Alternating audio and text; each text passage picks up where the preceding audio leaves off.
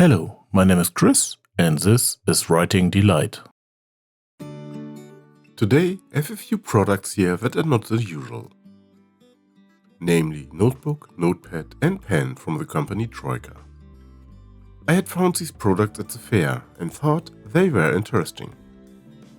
The Troika Construction Endless comes in this simple but good cardboard sleeve. The Troika To Do Pad comes in a simple cardboard case. The Troika bullet journal has also a cardboard sleeve, but this one is a little more substantial.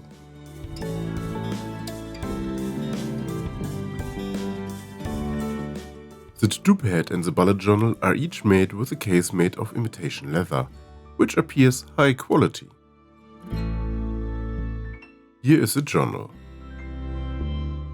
The exterior appearance is that of leather. I would describe the shade as antique brown. Definitely fitting for such a journal in my opinion. The journal is held closed by an elastic band.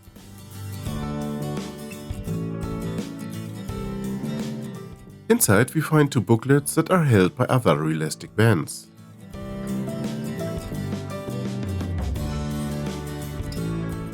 These can be removed and replaced, so the journal does not have to be bought entirely when full. Interesting with such an elastic is also whether you can hold a pen with it. It's not practical under the elastic at the front, but laterally in the opening it goes partly. Between the elastic band and the small leather part you can comfortably pack the Construction Endless.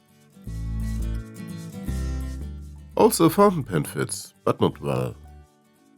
And just the proximity to the metal bezels make me refrain from it. But let's take a closer look at the products. Here is a rubber band with an edge protector made of imitation leather. This also protects the rubber band from the metal edging. This is also attached here to ensure good appearance in the long run, and the notch ensures that the rubber band sits well. Here is a rubber band that holds the two notebooks in place, and the rubber band that holds the book closed. The notebooks inside are, as already mentioned, easy to remove and reinsert. On the To-Do pad we have a completely embossed surface. Here the smooth To-Do stands out particularly well. The pad is also held closed by a rubber band.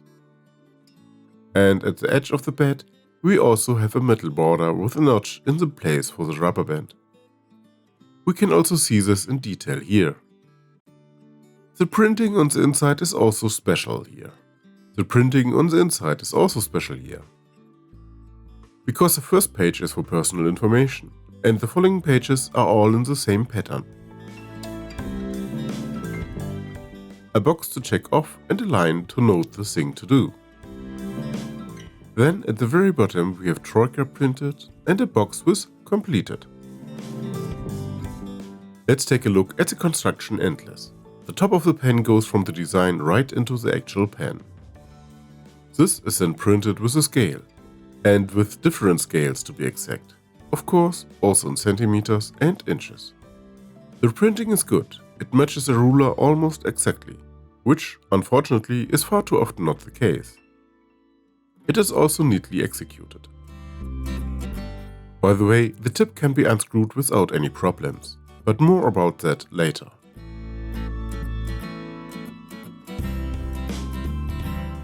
Of course, it's also interesting to see how the things can be used. So I wrote with different pens in the notebook. A few fountain pens, but also other pens. The paper does quite well, not perfect, but usable.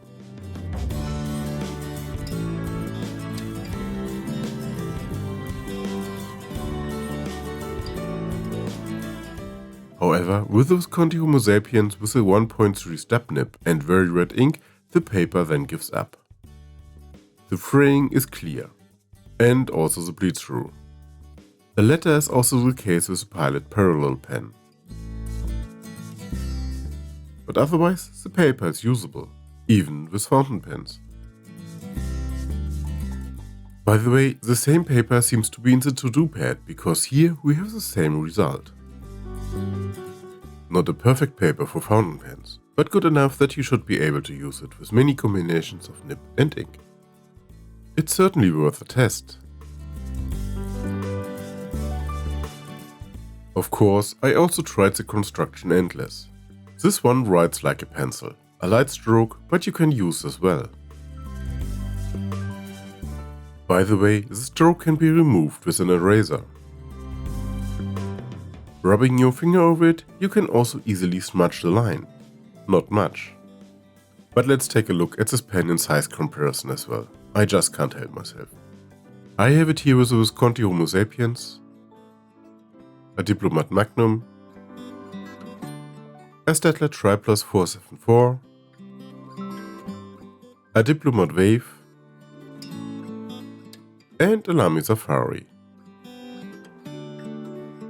We see the Construction Endless is a bit longer than the fountain pens when closed, and significantly longer than a fountain pen with the cap removed.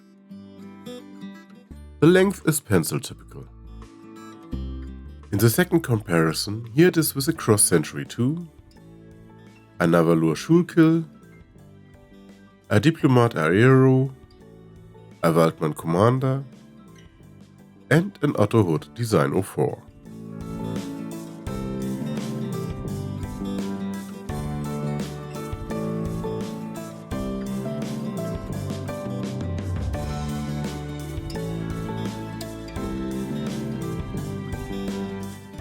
Not that I dropped the pen on stone from any great height, but I tested for you how stable the tip and the pen, which by the way is made of metal, really are. The tip broke during the fall, the test unfortunately. But so you can take a closer look at the inner construction. Fortunately, the tip can be unscrewed, and there are replacement tips to buy. Just take out the old tip and screw in the new one. Everything is like new again. The barrel has not been damaged. Practically. Also perhaps not as practical as a clutch pencil, but we also have a slightly different idea behind it here. Overall, I like these three products. I did remember that the paper at the show being a little better, but if I'm honest, I have to admit that paper in general has a hard time with this fountain pen ink combination.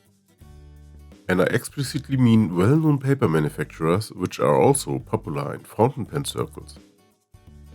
Yes, the result here is not good with the fountain pen, but it works with other fountain pens and inks. You can test it carefully beforehand, and not every combination writes as wet as this one with the Homo sapiens. The paper is good all in all. It feels pleasant to the touch, it has a pleasant coloring, and it can be used with fountain pens.